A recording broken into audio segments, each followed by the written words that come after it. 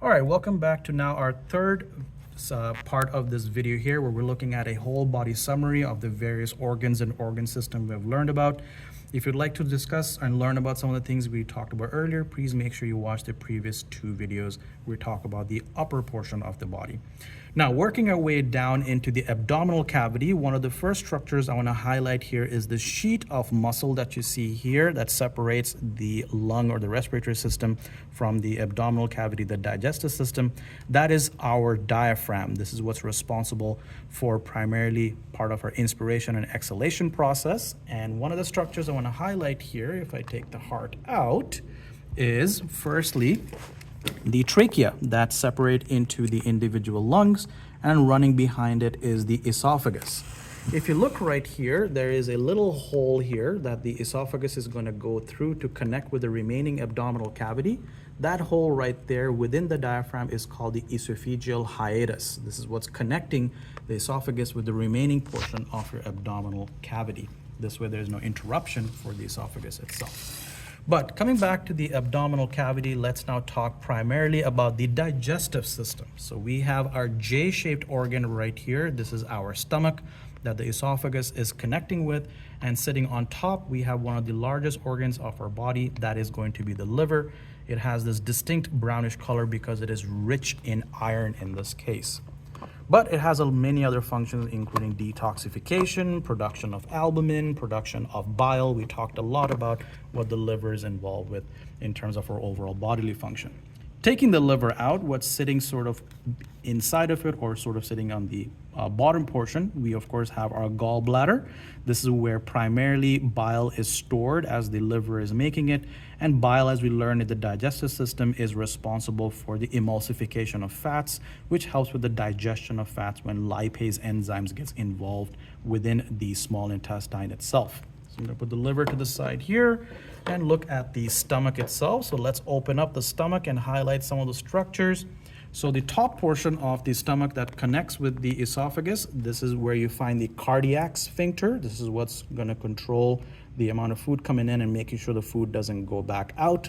If this sphincter in this case is not working well, that's what we refer to as acid reflux, because inside the stomach we have a very strong acid with a pH of 1 or 2. If that comes up, can cause severe damage. Working through the stomach itself, if you get to the lower portion, this is where we have the pyloric sphincter. This is what's controlling once the food has been digested within the stomach with the help of those enzymes like pepsin. Once the food has turned into a slurry that we call chyme, it goes through the pyloric sphincter to the remaining portion of the digestive system connecting with the small intestines. So before we get into the intestines, let's talk about some of the other structures that are found around the stomach. Immediately sort of sitting underneath the stomach, we have the pancreas. This is what's involved in not only hormone production like insulin, glucagon, somatostatin, but this is also where you have the production of the pancreatic juice that's helping with the digestion process. This is why we refer to as the pancreas as not only an exocrine gland, but also as an endocrine gland. Sitting on the lateral sides here behind the stomach, we have the spleen, what's also called a blood reservoir. This is also where RBC gets also recycled, the old RBCs. This is part of also the lymphatic system. So the spleen in this case is again connected with many of the systems we had learned about. Posterior to the stomach itself, we have the urinary system as well as the adrenal glands that sit on top of the kidneys.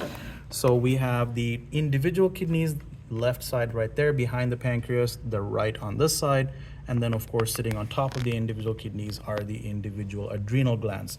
The adrenal glands are responsible for the production of hormones such as epinephrine, norepinephrine, as well as cortisol that is involved as part of the stress response.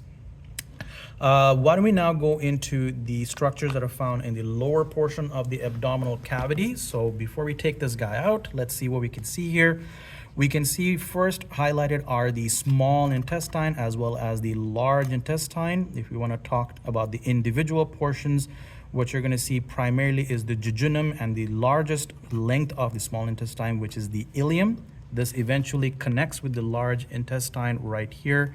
Part of the cecum portion, we have the ileocecal sphincter right here, controlling the food that's going to come from the ileum portion of the small intestine, entering into the large intestine.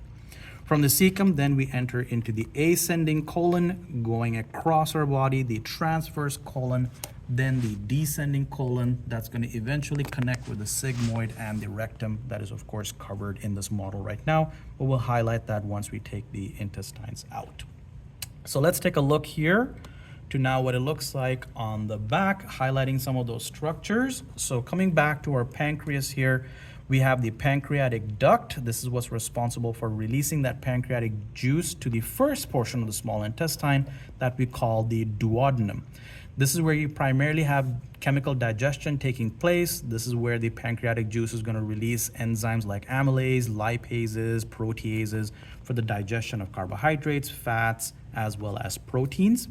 Alongside it, we also have the production of sodium bicarbonate. This is to, of course, neutralize that strong stomach acid that's about to come from the stomach itself as part of that digestion process that took place within the stomach.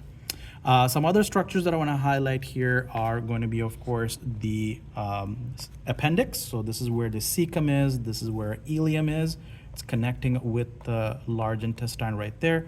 We have this vestigial organ, called the appendix. We don't, in this case, use it anymore. It's primarily involved in a herbivorous diet, but we're now omnivores, so not that important within our bodily system.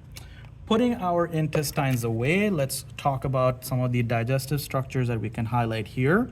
This is part of that sigmoid colon. So this is the coming to the end of our digestive system, or the GI tract, the gastrointestinal tract, where eventually connects with the rectum, going to the posterior portion to the anus for removal of our feces as part of the defecation process.